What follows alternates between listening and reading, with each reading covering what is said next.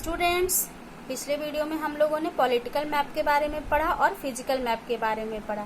अब हम लोग रिसोर्स मैप के बारे में पढ़ेंगे। ये मैप हमको ये बताता है कि हमारे अर्थ में किस जगह पे क्या नेचुरल रिसोर्सेज पाई जाती हैं।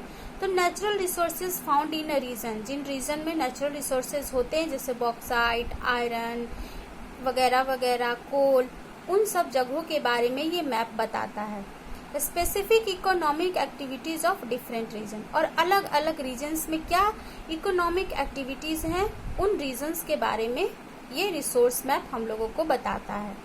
नंबर 4 है क्लाइमेट मैप। क्लाइमेट के बारे में सब लोग जानते हैं, जलवायु, क्लाइमेटिक कंडीशन इन एरिया और डिस्ट्रीब्यूशन ऑफ रेनफॉल। क्लाइमेट जो मैप होता है उस मैप को पढ़कर हमें ये पता चलता है कि किस एरिया का जलवायु कैसा है और कहाँ पे रेनफॉल किस कंडीशन में या किस रेशियो में होता है। कहीं ज़्यादा होता है, कहीं कम होता है, कहीं न के बराबर होता है। तो हम लोग जब क्लाइमेट मैप पढ़ते हैं तो उस मैप के थ्रू हम लोगों को क्लाइमेट और रेनफॉल के बारे में पता चलता है किसी पर्टिकुलर एरिया का या होल अर्थ का। Now number 5 is topographical map. Contour, lines, shape and elevation of area. ये टोपोग्राफिकल मैप्स के थ्रू हम लोग किसी एरिया के शेप के बारे में पता करते हैं कि इसका शेप क्या है।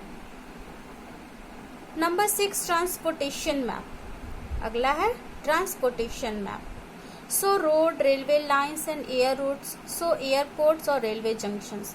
इस मैप के थ्रू हम ये देखते हैं कि कौन सी रोड कहाँ तक पहुँचती है, रेलवे लाइंस का क्या कनेक्टिविटी है किस शहर से, एयर रूट्स क्या है यहाँ का, और एयरपोर्ट्स कहाँ कहाँ हैं और रेलवे जंक्शन कहाँ कहाँ है। हम लोग ट्रांसपोर्टेशन मैप के थ्रू इसकी जानकारी हम लोगों को मिलती है।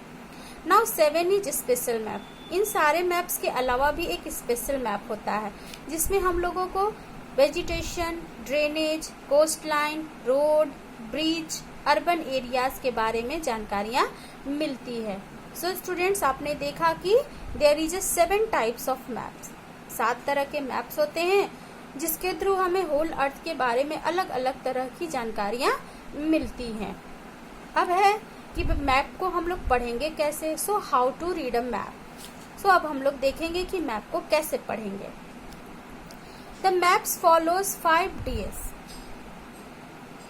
मैप्स को पढ़ने के लिए 5 तरह के DS होते हैं। जैसे डिस्क्रिप्शन, सबसे पहले every map has a name, number, scale, legends and symbols. कहता है हर मैप के पास उसका एक नाम होता है। जैसे पॉलिटिकल मैप है, फिजिकल मैप है, रिसोर्स मैप है, किस तरह का मैप है ये। उसका नंबर होता है, स्केल होता है, लीजेंड्स होता है और सिम्बॉल्स होता है। इन सारी चीज़ों के थ्रू ये लैंग्वेजेज हैं किसी भी मैप्स को पढ़ने के लिए। तो इन सब का होना एक मैप के लिए बहुत ही जरूरी है।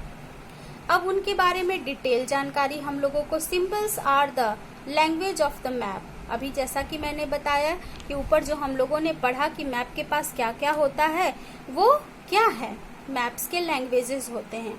तो कहता है कि symbols are the language of map. Symbols भी क्या होता है, मैप का एक लैंग्वेज होता है। They explain the layout of land.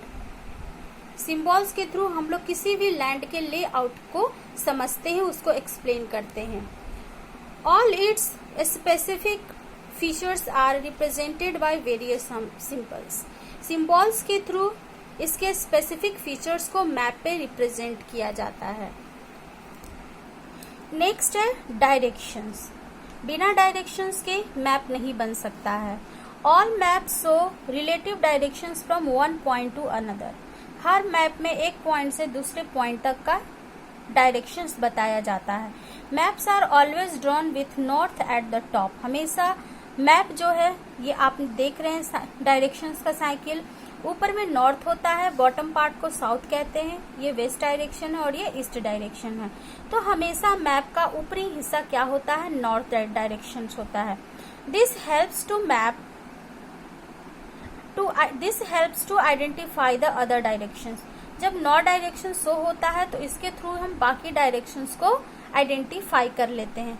As you know that कि मैप का ऊपरी हिस्सा नॉर्थ होता है, बॉटम हिस्सा साउथ होता है और फिर इसके लेफ्ट साइड में वेस्ट होता है और राइट साइड में ईस्ट होता है। इसके थ्रू हम लोग मैप की जानकारियां लेते हैं। So students, it's enough for today.